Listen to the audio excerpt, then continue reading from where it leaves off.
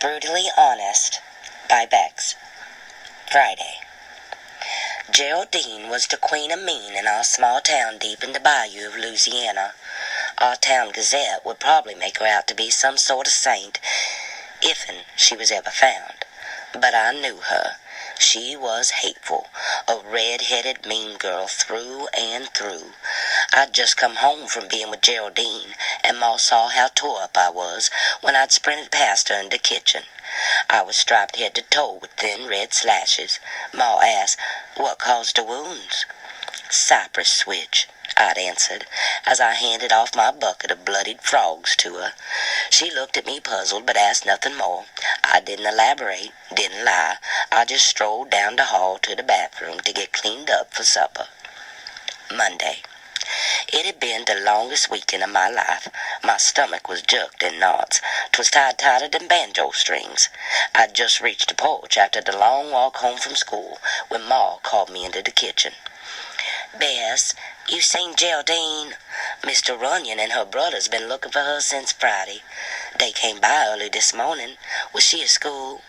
Ma asked as she shucked the corn. "No, ma'am, she wasn't. I can honestly say I've not seen her since Friday." Ma always said that lying was the work of the devil, a most heinous sin, and that has stuck with me. Got me more nervous than a long-tailed cat in a room full of rocking chairs right now. If anyone were to ask me if I knew where she was, well, that would be it for me. I grabbed a handful of taters and prepared them for a boil, washed them and cut out the bad spots before I placed them in a bowl on the counter. Stared at my knife, wondering how many bad spots I'd got in me that needed to be cut out. I'd put the pot of water on and turned the heat on medium before I turned back to Ma. "If you hear from her or she hollers at you, you tell me pronto. You get that?" she'd said after she shook an ear of corn at me for emphasis. "Yes, ma'am, honestly, Ma, she won't come hollering." "Why, y'all fought out? Bet you two patch things up soon enough." "I don't think that's possible. No patching to it. We ain't friends no more. That right there's truth. She bullied a girl at school, and I sided with that girl over Geraldine. She was mad at me something awful for not taking her side. I left it at that, summed it up without revealing too much." "Well, Geraldine learned that, or should have learned, that you can catch more flies with honey than vinegar. Reckon her pa didn't teach her that. It's a wonder she had any friends. Nobody likes a bully, but even bullies need a friend, I suppose." Ma dropped the corn into the bowl and picked up another ear. "Yes, but I stopped her," I said, as I turned back to the stove to hide the guilt that I felt that slithered up like a snake inside, coiled right up on in the pit of my stomach. "She hasn't bullied you for years, so I reckon you heeded my advice. Like I always say, the best way to deal with bullies is to kill 'em with kindness. Glad you listened." The water boiled and I dropped the taters in. "Taters are on, Ma. Guess I'll get you some crawfish now. I know how much Pa loves his mud bugs. I'll check the nets and be back as soon as I can," I said as I walked out to the porch, wiped my eyes that tried to betray me. I bolted out the door before Ma caught a glimpse and grabbed the bucket closest to me and flipped it upside down. I sat there, pulled on my boots, and a siren rang out in the distance. Twisted my head to discern where the sound was coming from, but it dispersed, bounced in all directions. I ignored my heart speeding thumps and took off to the docks through the woods with my pail. My hands were slippery with sweat from all that humidity. Skeeters already had been playing a tune on me, so I picked up my pace and tried to create a breeze that might have blowed off a few of them. I ran through the brambles and the briars right past the cypress trees, and my mind couldn't help but think of Geraldine. I wondered if the bugs and the swamp things were eating her too, but then I hoped she had peace. I also hoped Liza Sue could have some now. Two things to know about me that's different than Geraldine is the fact that I don't bully and I don't lie. Geraldine had done both, I guarantee. She couldn't see truth and light. That girl only had an abyss of darkness, a void where her heart should have been. No remorse, no compassion, at least not from what I and others had seen. She was as dumb as a box of rocks, and more poisonous than any venomous snake. Maybe that wasn't her fault. Maybe she never learned how to be any other way. Someone had to teach her, I reasoned as I walked to the dock. I retrieved a crawfish and hauled my pail for the long walk home. Red and blue flashed against a black canopy of trees up ahead. My peace gone in an instant. Peace was something Geraldine didn't possess. Her usual state of mind and manner were rooted in meanness. She was angry all the time. Like a wet hornet, she buzzed around, stinging anything in her way. Her hand stayed in a perpetual ball of white-knuckled fist. That girl chewed chains and spit nails on the daily. She didn't take kindly to man or beast round here.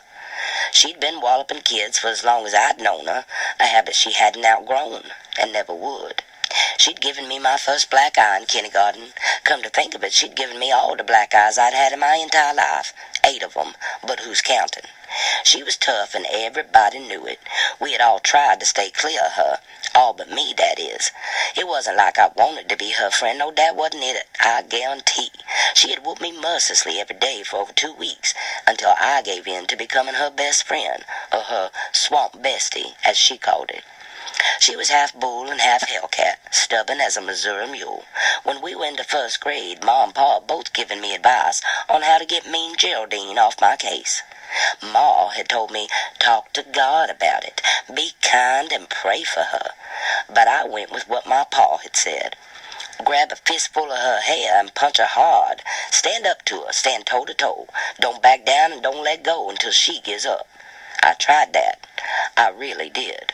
But we both wound up black and blue. She ended up getting the best of me, and because I lost the fight, she claimed my friendship as her prize. That was 7 years ago. She was a year older than me, an ox of a girl at age 14, bigger and stronger than girls should be. She was pink and freckle-faced and gap-toothed, and thanks to her pa, she walked with a noticeable limp, but no one ever dared tease her about that. What made Geraldine so ferocious, it seemed, was that she had no ma to teach her how to be sweet. When Geraldine was coming into the world, her ma was headed out. She grew up with 4 brothers, and they fought all the time. Sometimes she'd whoop them, but more often than not, they whooped her. But nobody said or saw nothing, and if they did, they pretended otherwise. But we knew it had happened. The proof was etched all over her in fresh bruises and faded pink scars. Folks in this town turn a blind eye. No one does nothing for nobody. It always been said, mind your business, shut your trap, and don't stare. I was thankful for that. Wasn't no tattletales in this town. Playing hush was our favorite game. Red and blue continued to flash in this night sky. I'd made my way through the brambles and the brush and was coming up the side of the porch when I saw Paul sitting in his chair, pulling on his boots and talking to a man. I slinked to the side and pressed my body against the side of the house, listened between the chirping and the croaking of the critters. I knew someone had said something. I slid closer and could make out a police car parked in the gumbo clay along the driveway. I honestly thought I'd get away with what I'd done, even if I had been seen. It was the unspoken rule after all in the bayou. Guess I was wrong. The man was old Repeat, telling my pa that Geraldine had been found. Her body was pulled out the swamp earlier this evening. I'd made my way to the window closest to the porch. No matter, though, 'cause voices carry in the bayou, especially when windows are left open 'cause of the heat. I slapped at Skeeter's, grabbed a small twig, and scraped my shoes. I wish Pete would have been the one calling. Pete took a shine to me from the time I was a wee thing, and might have gone easy on me, 'cause he knew Geraldine. But it wasn't Pete, because Pete had lost a scrimmage with a gator, so now a new deputy had taken over Pete's duties while Pete recouped in that fancy hospital in New Orleans. He'd been here now for over a month, I reckon, but still none of us had bothered to learn his name. We just called him Repeat. My pa, he says that joke to all who come and sit on our stilted porch. The fact that this was a policeman didn't deter him in the slightest from telling it right now. I sling gray red mud off the twig, and I continued to scrape my shoes as I listened. Pete and Repeat was sitting in the boat. Pete fell out. Who was left? I heard my pa say to the deputy man, and the deputy man answered, Repeat. Okay, pa continued. Pete and Repeat was sitting in the boat. You get the gist. Anyway, Deputy Repeat snorted at this very joke and told Paul that he had some serious business to inquire about. Questions he intended on getting answered. This was no joking matter. Paul told him to go on inside and he could ask his questions to Ma, 'cause Paul was heading to work. I listened as quiet as a mouse. I'd almost done peeled off all the mud from my shoe. I crept along the side of the house and made it to the back porch steps, and Repeat had just told Ma how he had made his rounds around the town. He spoke to the neighbors, and almost all had remained silent on the matter, not having one thing to say about it. But that man with his shiny badge was determined to find out what had happened to Geraldine. One way or another, he'd get his answer. I'd done taken too long crawfish catching and was done unloading my bucket into the tin wash tub outside the kitchen when the man with the star-shaped badge told Ma he didn't want any of her sweet tea when she had offered. Them weren't good manners. No, sir. He told her all he wanted was to get some answers. He had questions for her about Geraldine and me. My breath caught in my throat. I pressed my ear to the plank of our wooden screen door. I had eavesdropped here to hear the conversation and the retelling of his facts as he had gathered them, with little to no help from the neighbors, all except one, Miss Vader. She had told him she had saw us Friday, that we were thick as thieves, always together. She had pointed him in the direction that we had went. My eyes darted to my walking stick propped up against the side of the house. I wouldn't need it no more, I suspected, once he had talked with me. "Ma'am, is your daughter home? Bessie, right? Could I speak to her? We found the body of Geraldine Runyon this evening down in the swamp. The deceased girl and your daughter were friends, correct?" he asked my ma. My heart leaped like a bullfrog behind my ribcage. I thought about the last time that I'd seen her, scowling and spitting mad. She'd been angry and screaming filthy words at me. She tried stomping me into the mud. We had tussled. I had won. That was 3 days ago. Miss Beta had saw Geraldine and I cross them brambles and wade through the muck and the duckweeds in the back of her house on our walk that day. Miss Beta had watched us from the back porch as she fanned herself and tried to slow the melting of her fat from her not-so-hourglass figure. Looked as if it might have been working, too, 'cause we could see every inch of her through her sweat-soaked house dress. She surely had sweat off a few pounds on that day. It had been humid and sweltering hot that Friday. Spanish moss was gently blowing in the belly there breeze. It was early evening and the sun had just dropped down into the horizon. Geraldine had been furious at me for getting in between her and her latest punching bag, poor Liza Sue. But I couldn't help myself. Liza was a loudmouth, sure, sarcastic, but smart as a whip. Geraldine had come up empty in the battle of wits on the playground. Liza had bested her, embarrassed her, in front of everyone, and that would prove to be the worst thing that Liza could have done to Geraldine. Standing face to face, or chest to face, as it were, Liza didn't stand a chance, 'cause where wits and words failed Geraldine, her fist always came out victorious. It was a pitiful sight. As quick as it was, I saw it in slow motion in my mind playing now. Liza Sue's mouth dropping her last sarcastic remark, and then her lips dripping blood. She wasn't no match for Geraldine. It was a slaughter from the start. Geraldine knocked poor Liza to the ground and pummeled her pretty porcelain face till her skin was splotchy and swollen. And then Liza coughed and spit out her own 2 front teeth right there on the playground near the teeter-totters for all to see. Liza Sue needed a savior and fast, so I had obliged, knowing that I was the only one who could. I grabbed her by them broad shoulders and yanked her off Liza, and then Geraldine turned and swung on me. But I caught her fist mid-swing, throwing her off balance, and I shoved her just as hard as I could to the ground. She was stunned. She stayed down. Poor little Liza wasn't moving, had done passed out. I scooped her up like a sack of taters and threw her over my shoulder and scolded Geraldine.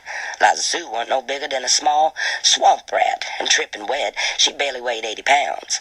A twig of a girl that had gotten the brakes beat off her at recess by none other than mean Geraldine, and I couldn't stand it. I carried her inside to the nurse and didn't say nothing. I just laid her out on the table and watched the nurse pick the matted clump of bloody hair still hanging by 1 or 2 strands off Liza's forehead.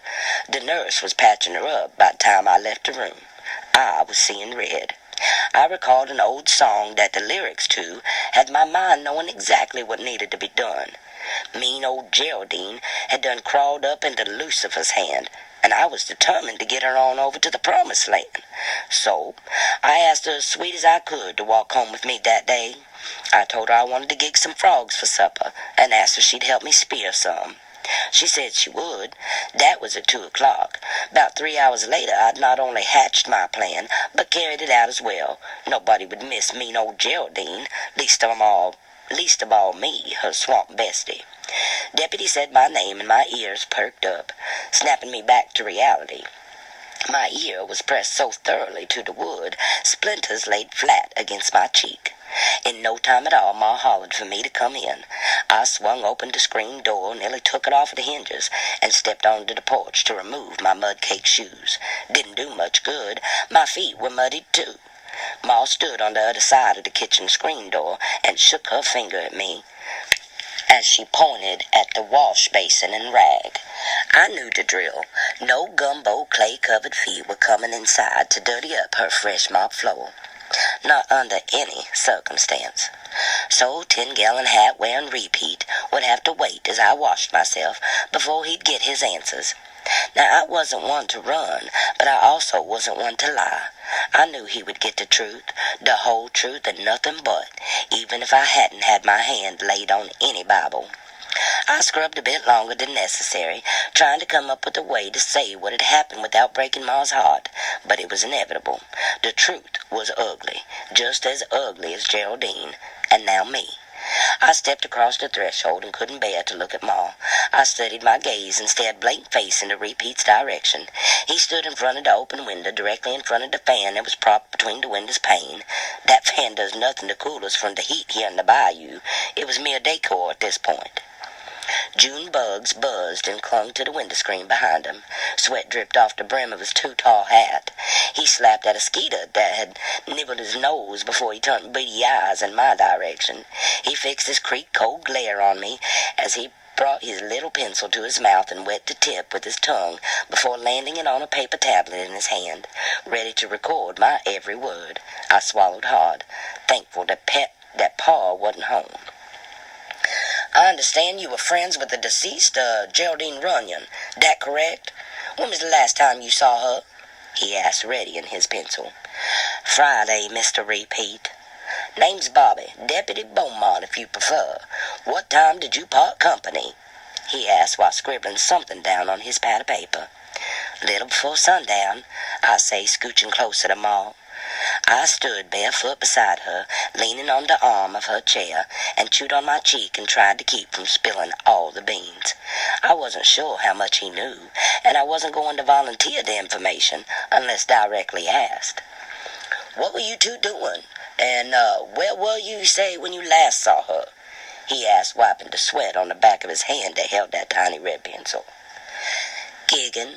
We were only talking at first, and walking.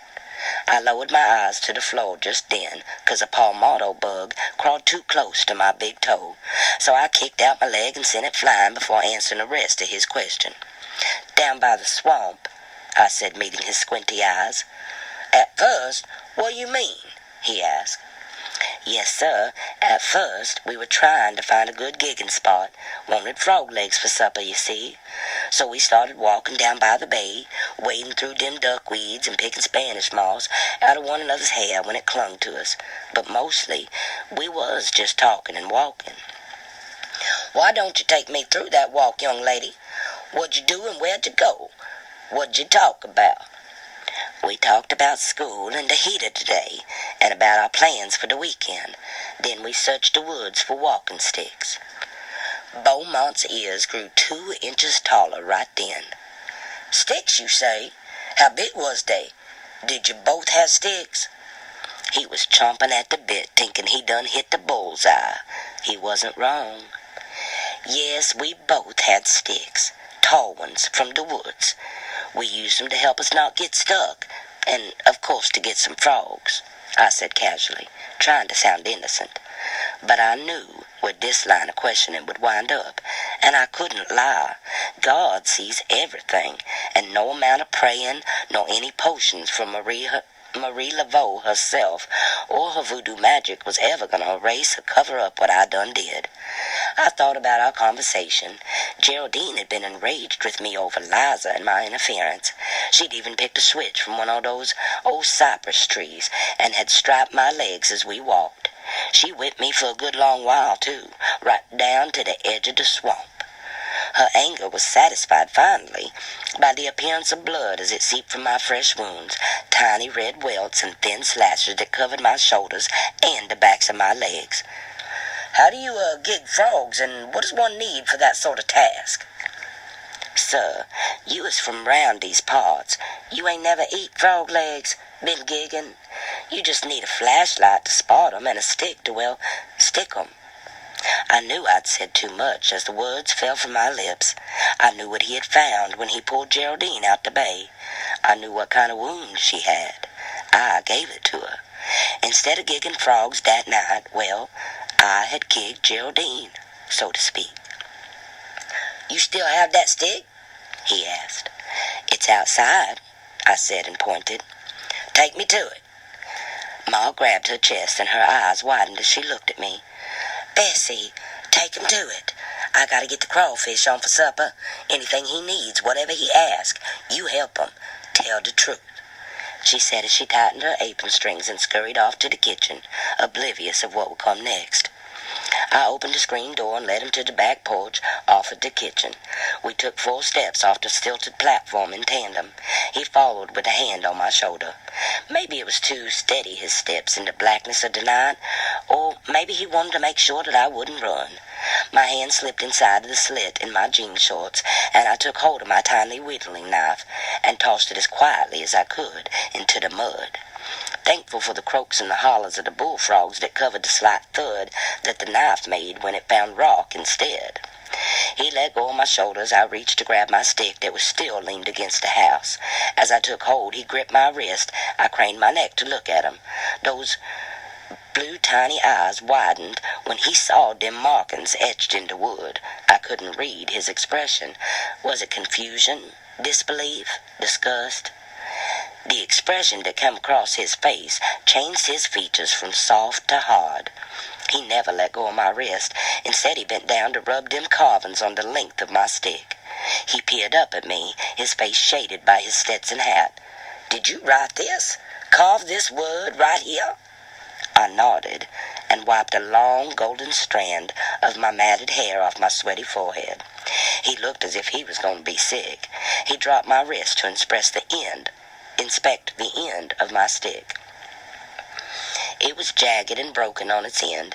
He reached into his own pocket and retrieved a perfect matching piece to the puzzle he'd just figured out. He fit the pointed, misshapen wood near seamlessly into its former home. Both were bloodied and muddied, and then I knew that he knew. That piece of my stick had been lodged in Geraldine's eye socket, straight through to her hateful mind. I had pulled out the stick once I knew she was good and dead and couldn't hurt nobody no more, but the pointy end had broken off. I left it there. He had found it. He shook his head and took off his hat, and I thought I glimpsed a tear slip from his eyes. He dusted himself off and smoothed back his black hair before returning his hat to his head. He stood, and from his left hand I heard the metal clank. He turned me around and cuffed me. He brought me back in the house as Ma rose from her chair at the table. "Ma'am, I'm afraid I have to take Bessie into custody now. It looks like she might be responsible for the death of Geraldine Runyon. When your husband gets home, y'all come on down to the station." Ma put a hand over her mouth and silenced a cry. "It's okay, Ma. I listened. I did what you always said to do about bullies." "What do you mean, Bessie? What did you do?" Ma pleaded as she wrung her hands into her knotted-up apron as tears spilled down her ruddy cheek. It was time for me to be brutally honest, just as I had been that day with mean old red-headed Geraldine. I swallowed the lump in my throat and met Ma's gaze and confessed.